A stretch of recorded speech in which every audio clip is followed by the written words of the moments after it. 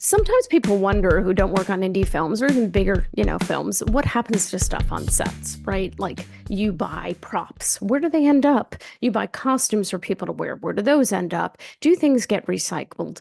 Is our sets just torn down, even in theaters? Like what happens with those? So I'm going to give you some inside scoop on what happens to all that. So if you're building a set for theater, often the stuff used to build the set, the flats, the wood, whatever, they're reused for the next set. So they're recycled within the company, they're recycled within the space. That often happens. If you're on an indie film that has a very tight budget, often things are returned to the store from which they were bought.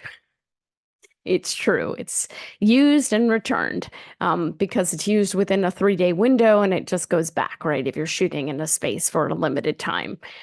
If it's stuff that's really worn, like costumes that really just can't be returned, they've been used, wasn't for 5 seconds. And, I've seen people push it, but, things that cannot be returned are often donated or actors buy them. They buy them from the set. They say, hey, I want that, and they get a discounted price. Sometimes they're given to cast members as a thank you. If somebody wears a dress that you spent $40 on from a thrift store and they really like it and they've done a great job for you, why not gift it to them?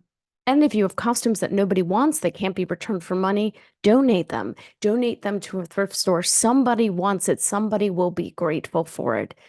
There's always a place to recycle and reuse stuff.